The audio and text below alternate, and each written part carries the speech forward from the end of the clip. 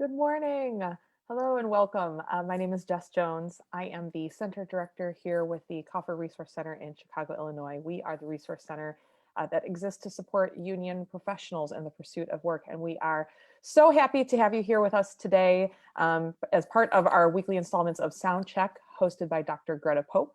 Before we get started, I want to be sure to say that this is the holiday season. If you are in a position to give and these programs mean something to you, feel free to consider us as part of your gifting this season.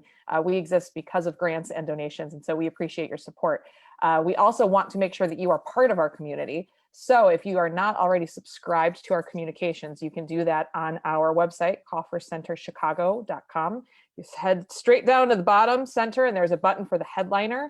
That way you could stay tuned to conversations like this, as well as other webinars that we plan to program in the new year.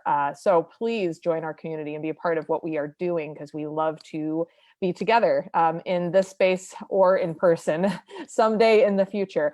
And I am so grateful to Greta for these conversations in this series, because as I was thinking about it, one of the things that I do miss about being together is the experience of being a fly on the wall at the Coffer Center and having professionals to get together over a cup of coffee, just to talk shop, talk about the work, talk about what they've been up to. And that has been something that I've been blessed to just be in proximity to on a regular basis through the Coffer Center, and is one of the things that I miss sitting in my dining room, is being able to just grab a cup of coffee and check in with friends and members and performers and just hear what they've been up to. So if you don't already have your cup of coffee, now's your chance to grab your cup, get comfortable, get cozy, get ready for the conversation, because this is essentially the virtual experience of being together these days. And that's why I am so grateful to Greta for bringing this conversation to the Coffer Center, because it is virtually like being together. And so that is important more than ever. Without further ado, I do want to invite Dr. Greta Pope to the conversation. She has been wonderful in hosting these series and bringing this to the community. And I am so grateful, like I said, to her for joining us and hosting these conversations. She will be bringing our friends Mike and Kathleen to the conversation. Greta, it's so good to see you. Thank you, Jess. It's great to be here as always. Thank you so much for everything you do at the Coffer Center to make our lives more pleasant during this unprecedented time. Well, and thank you for bringing these conversations here too, because, like I'm saying, we are grateful for technology and grateful for these new ways to use it, because this is, the virtual experience of being together and bringing the conversation of work to the computer is, the closest facsimile we have to Coffer Center conversations right now. So I thank you. I appreciate you. And without further ado, I leave it to you. Okay, sounds good. So hello, good morning, and welcome to SoundCheck. I'm Dr. Greta Pope, and I'm so excited to have this opportunity to visit with creatives from a variety of disciplines about their professional journey. We are in the midst of a pandemic, as you know, and it has changed all of our lives and the ways in which we work.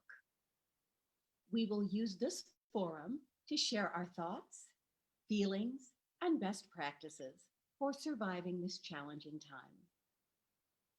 Today, I'm very excited.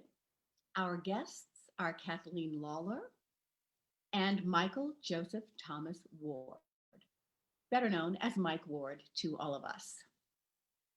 Kathleen Lawlor has played many roles in independent films, on TV, and in theater. She has played the character of Genevieve on the web series Easy Abby. She has also appeared in Chicago Med and The Mob Doctor. Kathleen has done many commercials and industrials. She's a singer, a writer, a producer, and a visual artist. Kathleen, welcome. We're so happy to have you with us today. Greta, thank you so much for having me. It's so great to see you. Thank you. It's wonderful to see you. There's nothing better than having a familiar face that you love pop up on the screen. Isn't that something? True. I mean, I think it's wonderful. It's kind of all we have at this point. So we enjoy it. We do. We relish it.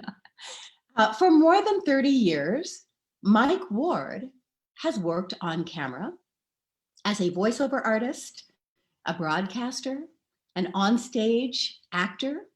He's a singer, an improviser, a sketch comedy writer and performer, and a stand-up comic.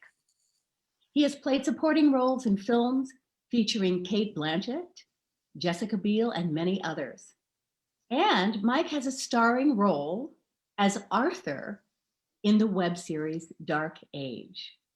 Mike, how are you today? Thank you for joining us. I'm fantastic. Thank you so much, Greta, for having me. It's a pleasure to be here. Good. I'm so glad you're here. This is so fun. So I just want to say welcome to both of you. It's great to see you guys. Thank you. So we're going to get started. Kathleen, you're living in Atlanta now. How nice is that? No harsh winters for you. How long have you been in Atlanta, and how has your business changed since moving to Atlanta? Well, I was in Atlanta for 2 weeks, and then I had a little situation where I needed to come back. So I'm actually back here now and then prepared to go again. So I have just secured a renter to take over my apartment, and that was the challenge. Oh, yeah. I have to tell you a little story about how wonderful that is. This woman came to my little apartment. It's on the lake. It's, I hear the waves right now as we're speaking. Nice. And she seemed upset, and she said, well, I'm going to tell you the situation. My husband, I'm separated with, just found out he's terminally ill. And, I was just, shocked by this, but I also had an experience where my brother passed away on Christmas. And I got shivers. Like, I knew this woman was the right person for this apartment. Yeah. So she's looking for a place where he can convalesce while he's getting chemotherapy. Yeah. And I just knew this was very divine, and I'm just really excited about that. Oh, I'm glad that has worked out. Yeah. Wow, that is quite bizarre. Quite bizarre. Yeah. Yeah. So when you were in Atlanta for the couple of weeks, had you started working or making contacts, or is your agent there? I have an agent. I've had her there for some time, and she encouraged me to come. And so I did have a couple of auditions while I was there. Good. Yeah. Good. Well, we'll keep our fingers crossed for your auditions that they go well. Thanks. And I lived there actually before, so I do know it. You're familiar. So. That's good. That's good. Well, Mike, how about you? Now, you are now living in Hernando, Florida. No winter there at all. Very nice. So Not by our definition, no. Right. That's right. If it gets 65 degrees down there, people are like frozen. Yeah. I've seen like gloves in stores when it gets to be like 60 degrees, or they have them out in the front so that you can keep your hands warm. So it's, it's very funny, very different world. So how has your business changed since moving to Hernando? Well, I got down here the Tuesday before Thanksgiving. Kathleen and I are represented by the same agent in Atlanta, and Atlanta is about a 5.5-hour drive from here. So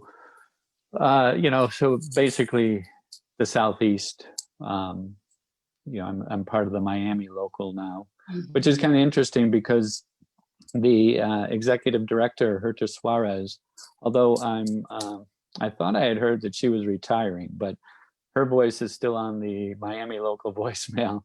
But Herta was the assistant executive of AFTRA, the Cincinnati, Columbus, Dayton local of AFTRA, when I joined AFTRA when I was living in Cincinnati in 1985. So I'm trying to get hold of her, but talk about things coming full circle. Yeah. But as far as business, my agent in Atlanta is happy that I'm closer.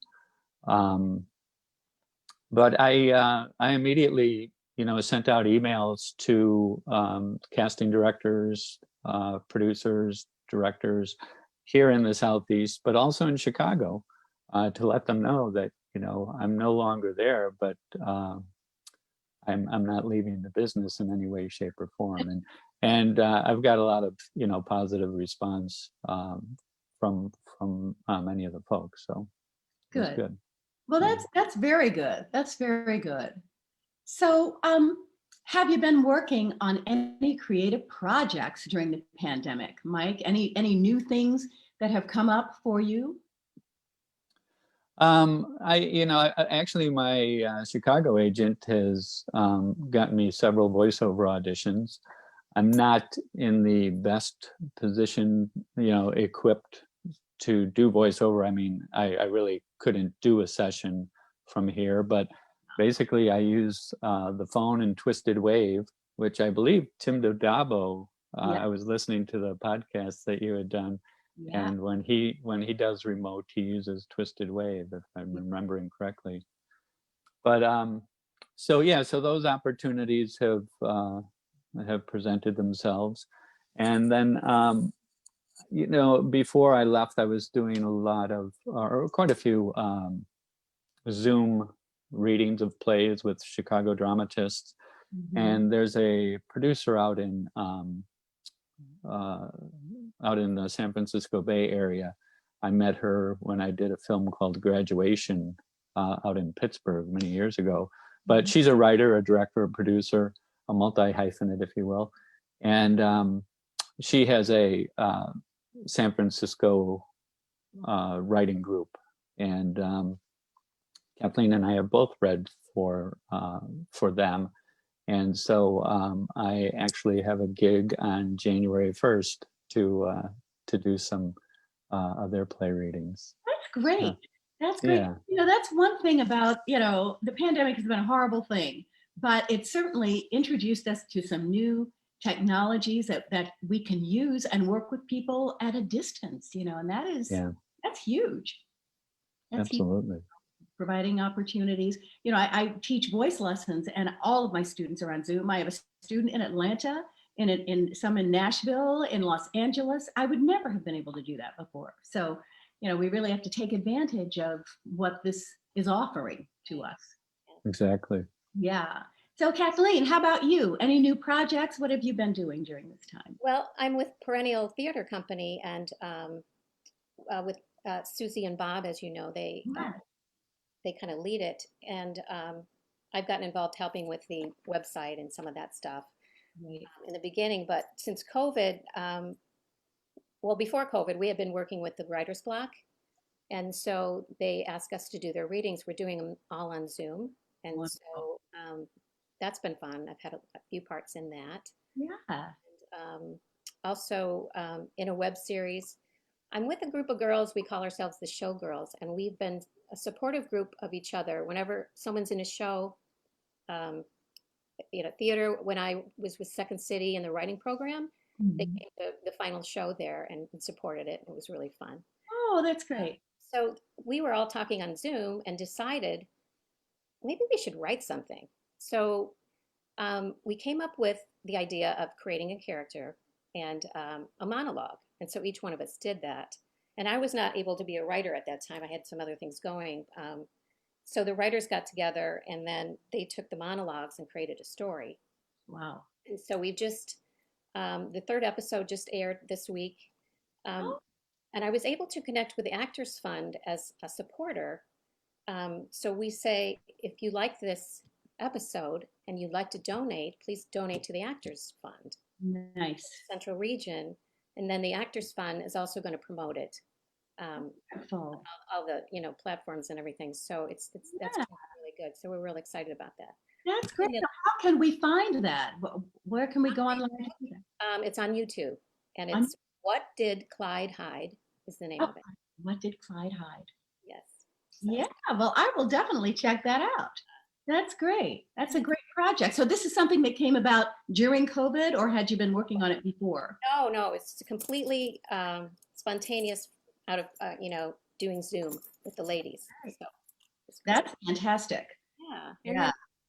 I've been having auditions with my, Atlanta rep, all along, and, a couple auditions here and there and with David and so on and so forth.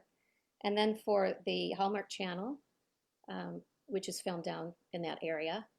Atlanta? I didn't know that. I didn't know Atlanta. I think it's maybe the Carolinas. Wow. It's in the Southeast for sure. I have I'm a real devotee of the Hallmark Channel during the pandemic. I know. I watch it. It's so pleasant. It is. It's so pleasant. Rather than watching the news or, all the horrible things going on, let's just, sweetness and light, a little snow and Santa and love, and you can't be.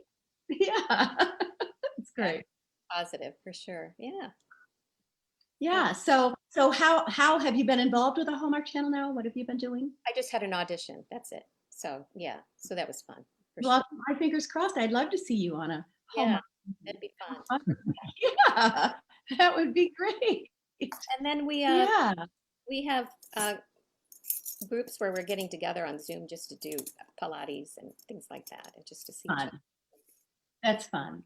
Yeah. Yeah. As I was saying, one of the real thrills for this time, during this time for me, is to anticipate being on Zoom with someone and then they pop up, It sounds ridiculous, but it just fills my heart with joy, truly. It's so good to see them. Yeah. Yes, because, we miss people so much, and even though we can't have the personal interaction or touch them or whatever, still Zoom has been a wonderful thing. Exactly. Yeah. We've invested in it when it was a little company. Wow. You did? No, we should have. Oh, yeah, I was gonna say, yeah, we should have. You're right. Who knew? Yeah. So, what do you think, Kathleen, that the post-pandemic future looks like for creatives? You have several creative skill sets. How will you employ those skills going forward? Well, I think, it's important to stay connected for sure, and it's been a great thing to collaborate with these different projects that we've created to work together. And I think that it's created a new media. It's not that it's new media, but it's a new platform for sure. For Yeah. theater, you've probably seen some equity stuff on here. Yes. SAG-AFTRA stuff. It's just a whole new thing, and it's so unique. And we're also doing something with Rob Alden. I meant to mention that has employed Zoom very nicely, and I'm involved with the artwork on that with him and collaborating, and also with Henrique, and he's fantastic. Yes, he is. Meet John Doe, and Wonderful. so that's all been filmed and it's done. It's in production now. Fabulous. So it's just a new way to connect, and then you have to think about also when you're speaking, who you're speaking to and where they're at. A lot of times it's windows, but if there's two windows up and Right. it's a theater piece or a radio show, and Rob was fantastic at putting that all together, and I can't wait to see it because he was real thoughtful about how we should present and which ways, and I had people speaking to each other like that, and so I'm anxious to see it because he's a great director on that. Yeah, it's a new area, a new science. Yeah, it's very interesting. I hadn't really thought about that for theater, but it's very interesting. I did with my voice students, I did a voice recital, a virtual recital, and I had two students singing together. Wow. And so I had one facing this way and one facing that way, and it was just really interesting to kind of make it look like they are communicating with each other. So I can really relate to what you're saying. I certainly have a lot to learn about this, but I thought I'm just going to jump in and try it. Why not? I would like to see that. That sounds great. Well, I will certainly let you see it. That sounds great. Sounds great. So Mike, what about you? What have you, how do you think things are going to move forward, and how do you plan to employ your skills? You are also a multi-skilled individual. So where do you feel that the opportunities are going to be for yourself post-pandemic? Well, obviously, self-tape and Zoom auditions are going to be here to stay. I mean, it's, from what I've been hearing from casting directors, it allows them to see a lot more people. So at least, I don't think the the in-person audition is ever going to be replaced, but that will be more along the lines of when they're closer to decision time. So developing all these different skills, I think it's going to lead to a lot more self-production, because we are all learning to be producers, in some sense or another. But the important thing is, to continue those relationships. Like I said, when I got down here, the first thing I needed to let people know is that, hey, I'm not in Chicago anymore. I left Chicago, but I'm not leaving the business. And so, those are things. There's a film on Netflix right now called Rust Creek, and it's like one of the top 5 films in the country right now. And one of the producers and the one who was responsible for the story was a writer director that I worked with when I was living in Cincinnati, which was over 15 years ago now. And I was a stand-in on a film he was shooting in Louisville. Wow. But we've always stayed in touch, and so I was able to jump on board to watch the film, and then they did a Q&A with the cast and the director and the producers. And so I think just maintaining those relationships, because you'll find ways to connect again. Yeah. I mean, I often think of the commonalities you and I have. Yeah. Because I grew up in the Chicago suburbs, but I lived in Cincinnati for more than 20 years. That's where my former wife was from. My kids were all born and raised there, but we lived in a neighborhood called Roselawn, which was where your high school, Woodward, right? Yeah, that's where my high school was, and a lot of the kids that went to school with me were from Roselawn. And then, is your degree from Western College, or is it from Miami?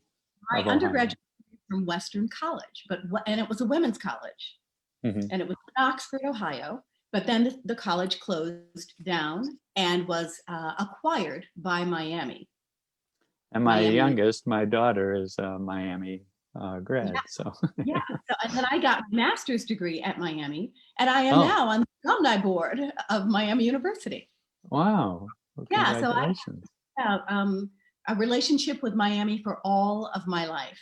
And it's a wonderful school and a wonderful town. And the new president, he's not all that new anymore, but Greg Crawford is his name, and he's fantastic. So when did your daughter graduate? Is she there now, or she? No, she graduated in 2014, and it wound up being the only school she applied to. So she really had a pretty good idea of where she wanted to go.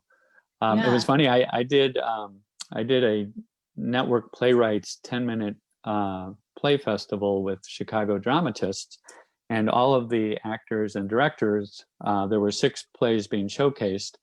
We were all involved in 2 of them. And the director of one of the shows I was in, she was a 2014 grad of Miami, and she and my daughter were in the same dorm freshman year, and that's how they got to know each other, and they stayed friends, throughout college and beyond. That's so great. Talk about a small world. Small world. Yeah, if you're out here long enough, you're gonna run into somebody that you know from some other kind of situation. Exactly. Absolutely. Yeah. So I have a question for you guys that has been kind of an important thing for me, and I'm asking people week after week. How have you sustained yourself emotionally? Let's hear from Mike first. Emotionally, to keep your spirits up and to to keep moving forward and not get discouraged or feel sad.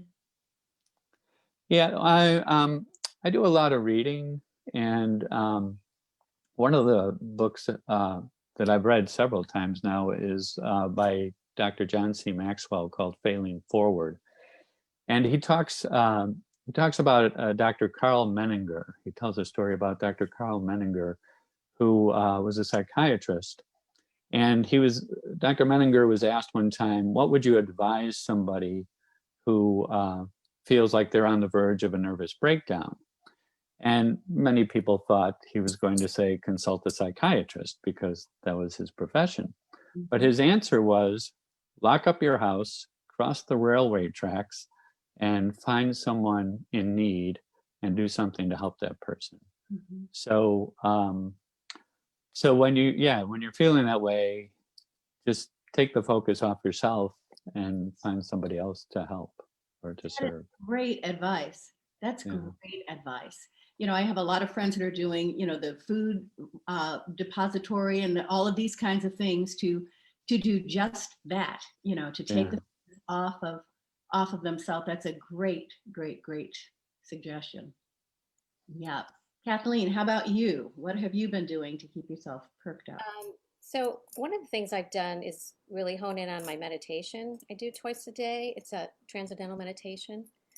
And they've had a few women's on Zoom retreats, which is like a day retreat where you tune in and then we do asanas, breathing exercises and light yoga and meditation.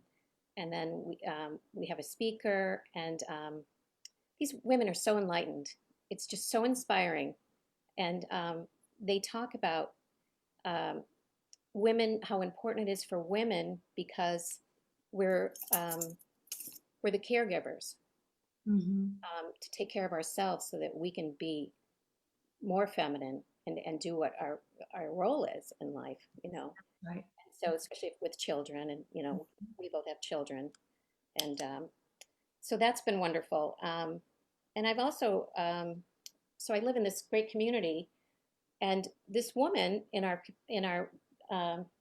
several buildings that are connected here on the lake.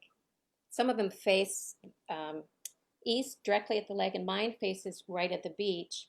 Nice. Got two wide windows, and it's Nice. great. So everyone's so busy getting to the train, getting in their car, going to work every day.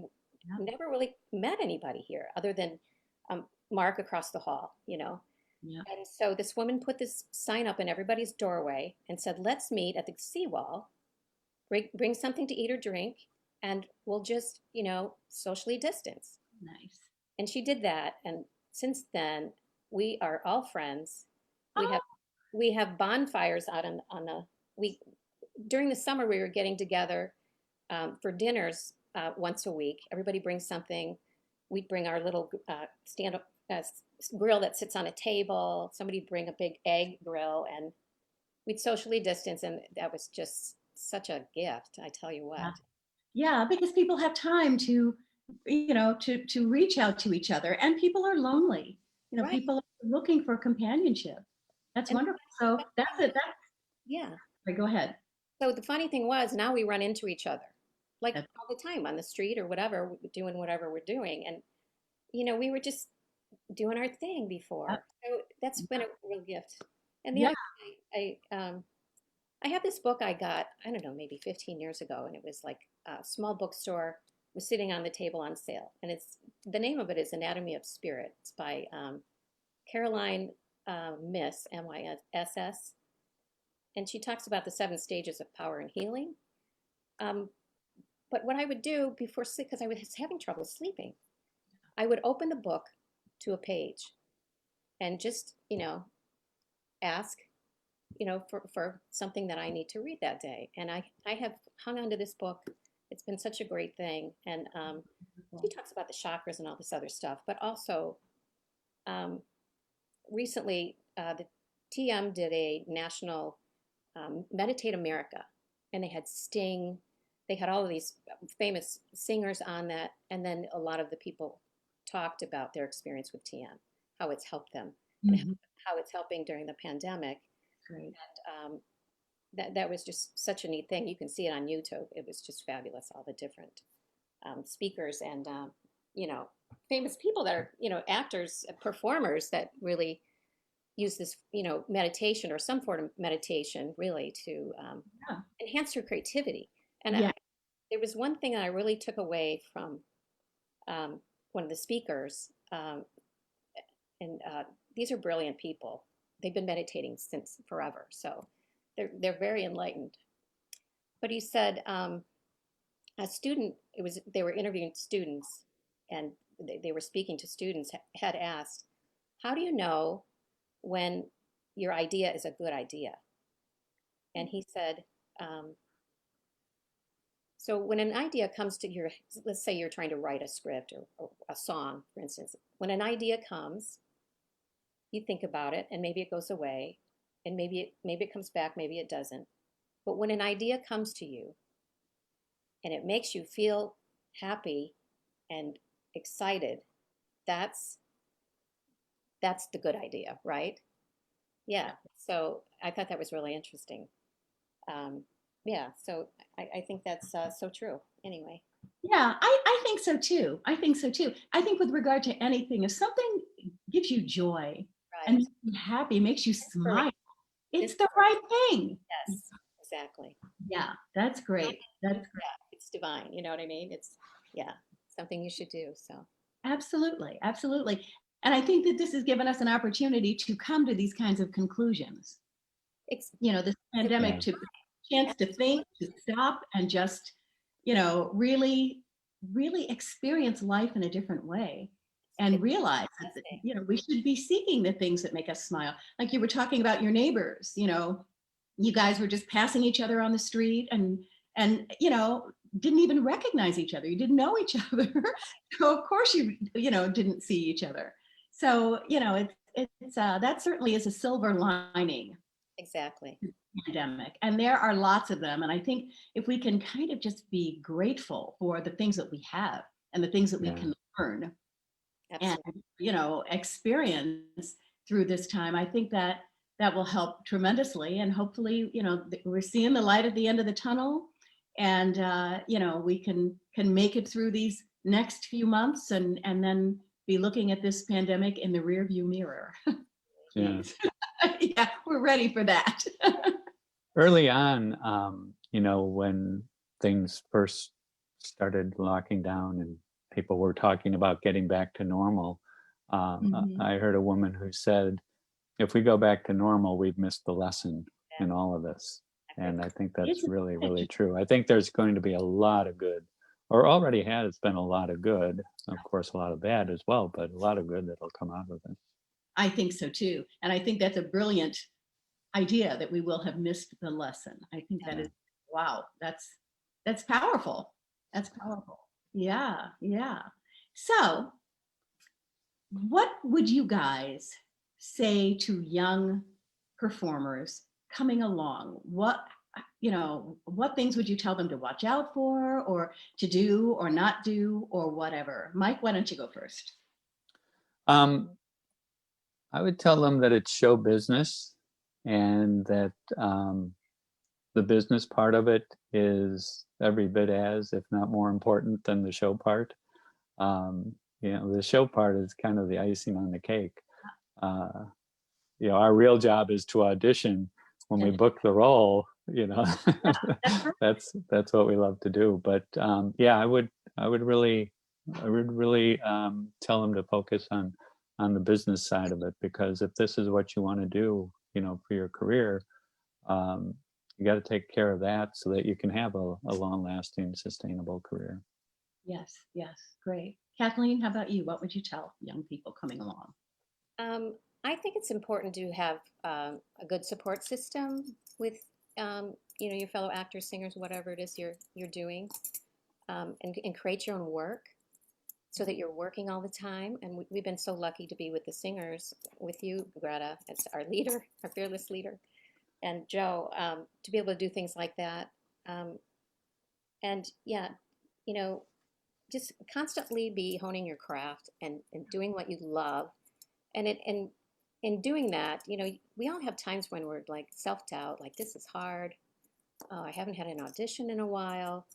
But as long as you keep being creative, seeking out work with your friends, come up with some skits, you know, it's so important, I think, to stay working and exercising, you know, gifts. So yeah, I think you're right. I think you're right. You know, to be, you know, constantly creating something for yourself, and then maybe you can employ your friends, help your friends, and they can help you, and then you build a sustainable career that way. So that's great.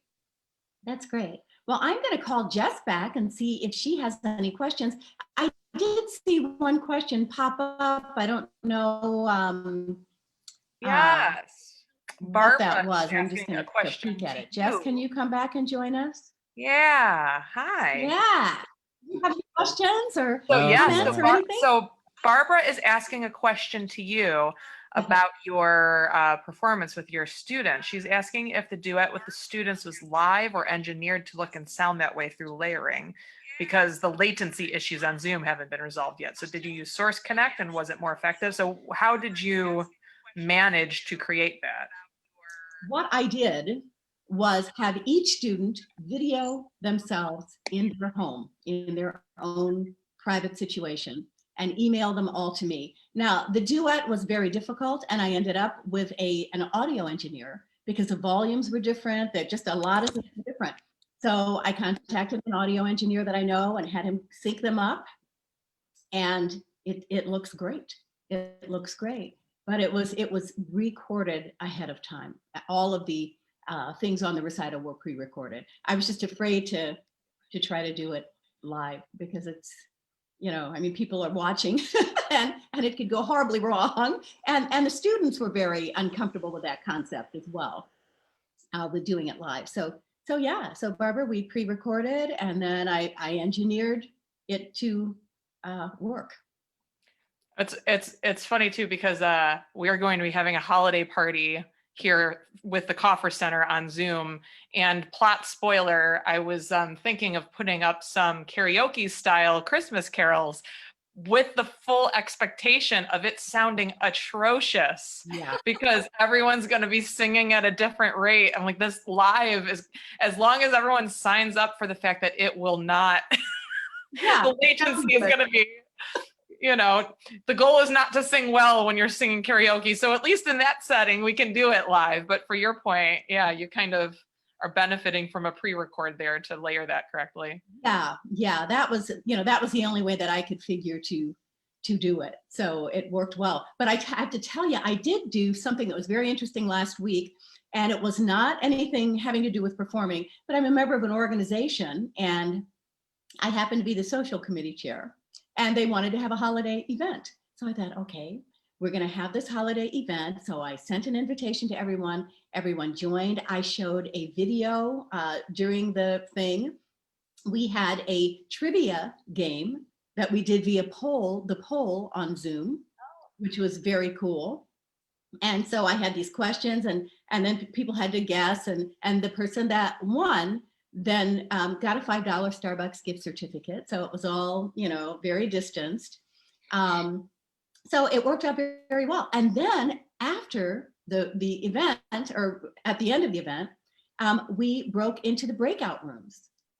And so that was really it. I just wanted to try it and just become more familiar with Zoom and all of the features and how to work them. So that might be something you could think about, Jess. Use some of those things. Yeah, I had just attended a storytelling night with Second Story about a week ago, and they had done a similar thing, where all the storytellers did their stories, and between the stories they cut to the performers that were doing the music, just like they would at their live events. And then when it was all over, you could chat the host, who had named herself Breakout Rooms, like in her handle, and tell her who you wanted to go to a breakout room with from the guest list, like just like you'd see your friend and you'd talk to them after a show. So you were basically saying, hey, put me in a room with these people so that we can like connect, which I'm like, it's so interesting when you think of all of the ways that you want to try and emulate like the live experience of being together. Because yeah, I was thinking exactly that. Like when you go to a show, when you go to an event, you also look in the house, you're like, oh, I see so-and-so and so-and-so, and I'll be sure to say hi to them after the show. You know what I mean? Right. It's a great idea. It's a great idea. The only thing is just making all these things work. That's the challenge. Yeah, making them work. But, I remember way back in March when we first went on lockdown, and I did like 3 something or another's with the Coffer Center. Do you recall those? Yeah. And I was very reluctant and very nervous and stressed out about doing it. And you said something to me that I thought was so important, and I've repeated it to so many people. No one knows what they are doing now. So jump in with both feet and learn. And it's so true. It's so true. I think that's totally, it's still, I mean, I think that's, I mean, even before this pandemic though, there's been a lot of, that's kind of like the drum that I beat right there, is like learning by doing. And like, yeah, Mike, like to your book title, Failing Forward, you know what I mean? Like, Yeah. and when we do our studio jams at the Coffer Center, one of the things that I continue to repeat is like, there are no dumb questions. There's only preventable mistakes. Like if you put yourself out there, and I always encourage people, like, run the risk of looking foolish, because, and it's exactly what you guys are talking about too, somebody else is going to be able to tap into their excellence and be able to give that to you, which is going to actually help them, because they're going to be the authority in something that's going to gift you, and you're going to grow in your authority. And no one's going to think any less of you by looking foolish, because, you know, I mean, we are the center of our own journey, just like everyone else, right? Like, you know what I mean? Like, you are the most important person in the room to yourself, just like everyone else, right? Like, nobody's paying as much attention to you, but you. Yeah. So if we can all just put ourselves out there, then we're going to run the risk of just getting better, you know? You're right. So, and yeah, and learning by doing. I mean, this Zoom thing, I feel like if college students now could do internships for like stage manage engineering Zoom events, like if they can, I mean, that's like, because I think that, you know, to Mike's point too, like when we get back together, this isn't going away. It's just going to adapt to the new setup of like both in-person and virtual. So if we can assume that this is now going to be a viable space for connecting, like even the Coffer Center, we have new Coffer community members that exist in Atlanta, in Los Angeles, all through this pandemic. Like I got an email from one of them this week that's like, you guys feel like family now, you know, and I've never met her in person, but it's just because she's been coming to, you know, our virtual events. We have them coming to Wake Up Wednesday. So I have people joining us for coffee, but they're in different time zones. Like, you know what I mean? So that would have never happened had it not been for the pandemic, you know? You're right. It's absolutely wonderful. And I really do think that universities are going to have courses on this. I mean, clearly, this is a thing now. You know, people need to know how to do this and do it well. Jim Schinkel is asking, he says, I like the idea of live music thing, but would we all need ISDN and headphones? I'll play Frosty the Snowman on mandolin if anyone wants to sing. You know, I think that there are, at least what I've heard, is that there are software programs that can allow you to do something that's, you know, kind of syncs together. So that might be something, Jim, for you to take a look at, you know, just Google it and see. I really do. I think that there's something, you know, I don't, you know, I have not availed myself of it, but there are software programs. One of my favorite performances that I've seen lately from one of the late shows was Alanis Morissette's performance that she had done for, I think it was either Jimmy, I think it might've been Jimmy Fallon or Jimmy Kimmel. But they kept like cutting to all the musicians. And I think it probably was pre-recorded where people were like from their location layering in, but that was one of the reason I remember it is it was basically a different version of my intro of your webinar last week, which was like Alanis and her daughter who kept taking off her headphones. And like Alanis is singing and her daughter is like upstaging the whole performance. And I was like, that's so perfect, because I feel like, again, I think that archivists have their work cut out for them trying to figure out how you catalog all of the content of this moment in time, you know? Right. And so I looked at that, I was like, this is it's representative of not just the technology, but like the way work looks right now too.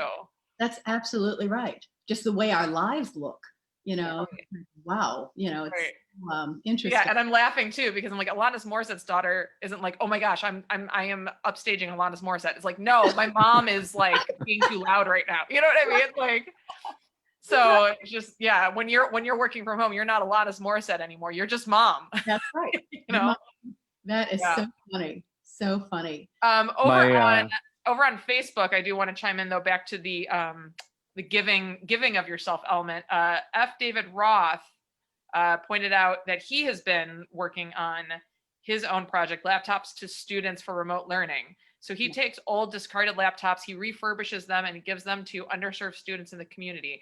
So if and I'm shouting this out because this is something he's been able to do from his own workspace, and through, I will add to his note a little bit to say, even through some of our neighborhood groups that do free cycling, he's been able to procure goods and things that help him flesh out a whole system that he could donate. So I think this is great. His Facebook page is facebook.com/groups/free laptops. Also, if you're a Coffer community member and you have technology that you want to get in his hands, you could also get a hold of me, and I'll make sure he gets your information as well as whatever it is that you're trying to offload and donate. So just get a hold of the Coffer Center if you can't find this page, and I will get you in touch. But that's a great project, and obviously the need is great right now because there's such a wide girth of students trying to access classrooms right now from home. A lot of them that didn't start this pandemic with the technology to do so. So that's right. That's it. That's a great cause. That's great. Thank you. Mike, did you have something that you wanted to share? Oh, well, just what you were talking about earlier. My granddaughter, she's 7 months old. I've never met her in person because they're out in the Bay Area. And so thank God for FaceTime. But her other grandparents are in Connecticut and her grandmother is in Cincinnati. And my son was saying that, you know, all she knows people is in these little boxes. You know?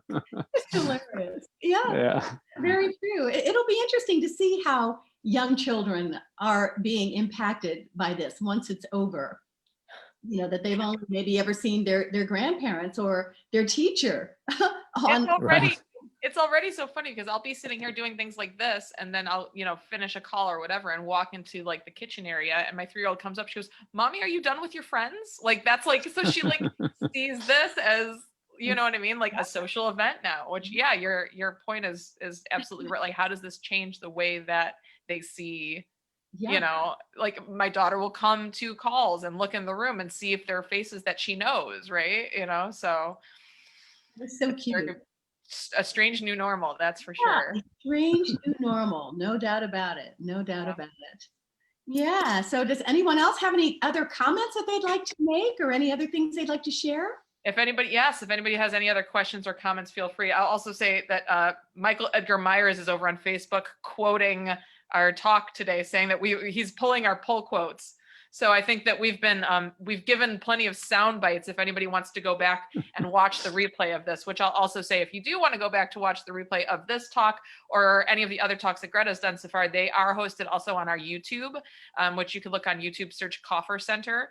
So you could stream this conversation or any others that you missed and see if there are any other quotable moments. But Mike Myers is over there saying our quotes, "If we go back to normal, we'll have missed the lesson." So I think that is a good. I think that is a good pull quote. I think that is a good quote point. of the day. No yeah, doubt. that's the quote of the year, I think. Okay. Right? I wish I could credit the woman who said it. I can't remember her name. She impacted your way of thinking about this. Yeah, and if I'm not mistaken, she's a singer-songwriter. So Wow. I'll try and track that down. And I will ask a question in that vein, though. If everyone in this group can do so, I'd love to ask, in the spirit of, if you go back to normal, you'll have missed the lesson. What is one new practice, not one that you've incorporated more firmly, but one that you've acquired during this time, that you think you will be able to carry into like post-pandemic as an era? Like, how are you journeying forward with a new tool, practice, resource, moving out of this? And how do you see that changing the way that you live when we go out of the virtual and into the actual? Kathleen, would you like to go? I think gratitude is a big one. And I mean, gratitude even for your gifts. And I have become more, do my meditation, my vocal warm up, my yoga, and it's, it's so hard to keep that when you're running and running and running, but it's so important. And, how it changes your voice, how it changes your outlook, and such gratitude about, my own life's purpose. So, yeah. Yeah, that's great. That's great. Mike? I'm concentrating on being, more present in the moment, and the way I, kind of continually remind myself is the words of "Get ready, Michael." Is it Michael Myers who's pulling the quotes from Lao Tzu, where he says, "If you are depressed, you are living in the past. If you are anxious, you're living in the future. If you're at peace, you're living in the present." Wow. Yeah. Mike, you got all the great stuff today. Just have to. I feel like we're gonna have to I'm gonna have to watch our own replay and get zen about everything that happened. Like I'm gonna use this talk to center me moving ahead. And this might even be the kind of talk I go to bed to. Like I'll just put on YouTube, put an earbud in, because just like conversation is so calming, And I think like this connection is good. Being intentional about connection, which I'll just take up the torch here and say to mine then is being intentional about connection, because prior to this I think I've always felt busy and I've always thought of like connecting as a thing on the to-do list, but now connection is like a desire, and how that actually fills your cup and it actually restores you and makes you feel more equipped to do the things that are your actual to-do list because you've done something edifying for your person. Also, I will say that I am really trying to take up the torch of my own health. I think that this pandemic's made me conscious of like how many areas in which I could be on like the risk list just because of what I believe my family's like pre-existing conditions to be. And it makes you conscious of like, what can you do? What can you do to take care of yourself? What can you do? No, none of us know what's going to happen tomorrow, but what can we do today to improve our outcomes? You know what I mean? So you can't live in fear. You could just live with as much, you know what I mean? As much power as you can, and then just let life do what it's going to do. So Right. That's great. Well, what about you, Greta? Could I just jump in real quick? Sure. Yes, Mike, absolutely. Like Kathleen, I do transcendental meditation, and I'm grateful to her because she's the one who introduced me to it. So so that's been a really big help. Yeah. So now to you, Greta. Okay. Well, one of the things that I've been doing that I have found to be so gratifying and so wonderful, I have a podcast that I had just started. I think we started in September or October. And the premise of the podcast is to bring singers together and to celebrate their career, their journey. It's called the Business Savvy Singer Podcast. And I have met some of the most wonderful people and had an opportunity to chat with them, and people like recommend other people. Like I'll do an episode with one person and then they recommend somebody else and somebody else. Last week, I did a wonderful interview with a guy in Zagreb, Croatia. He's an American guy, but he's living there. And he's lived in Paris. He's traveled all over the world. He's done such interesting things. And we had such a nice rapport, and we're friends now, so that's been something that's been important for me, because so often singers are overlooked. They're not sure how to market their businesses, how to get out there, how to get to work. And I thought, I just want to build a community for singers, because I think that it's important. So this is turning into that. It's actually fulfilling my wish for the project. So I'm very excited, and that's something that has given me a lot of solace, made me feel good. I feel like I'm helping others, who might be struggling or might not know, which way to turn, because none of us are working, so at least if we can talk about that and how we're dealing with it, and kind of celebrate the things in our past and all of those things. So that's what I've been doing. Well, and you connected with someone again. You connected with someone in Croatia. Yes. I had dropped into one of like the Steppenwolf like pre-season, conversations that Anna was having, and she was talking about like how many students were having access to things in how many countries. You know what I mean? And like it's a very like there's a pause there. You're like, huh? You know what I mean? Like the accessibility it's huge. shift that happens, now.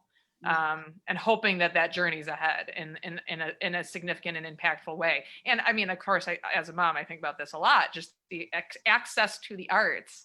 You know, I'm looking in my email right now and I see that there's a hip hop Christmas carol that I could get $20 tickets for. And I'm like, wow, I was like, I can make an event with my kids right now, you know, where I can put the art in our living room, you know, and that's a game changer. So it's really amazing what creative people have done through creative means during this time. So yeah, and that's one great thing about who we are as creative people. You know, we're accustomed to pivoting and figuring out how to make it work. It's like, oh, that didn't work, let's try this. So we really, I think, have had great opportunities, and I think we have seized those opportunities to do some interesting and wonderful things. So I am proud of everyone. I think we're all moving ahead, and it's a great thing.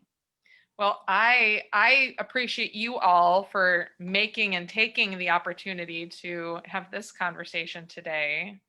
Kathleen and Mike, it's good to see both of your faces. And now I'm going to be thinking of warm locales that I can visit you in when the world opens up and I want to get on an airplane again. So I hope you're getting the guest bedroom ready, because I want to, after this is all done, I think I want to see greener locations that aren't the brick wall outside of my dining room. So in the windy You're air. always welcome, Jess. You're always welcome.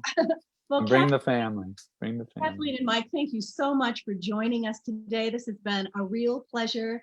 I wish you guys much continued success going forward. I'm jealous that you're in the warm climate. I'm on my way down here. Well, I look forward to seeing you when you get down here. Absolutely, we will have to get together. Post-pandemic, of course. Yeah, but thank you so much for the invitation and the opportunity. It's been an honor. Thank you. Absolutely. And Jess, always a pleasure.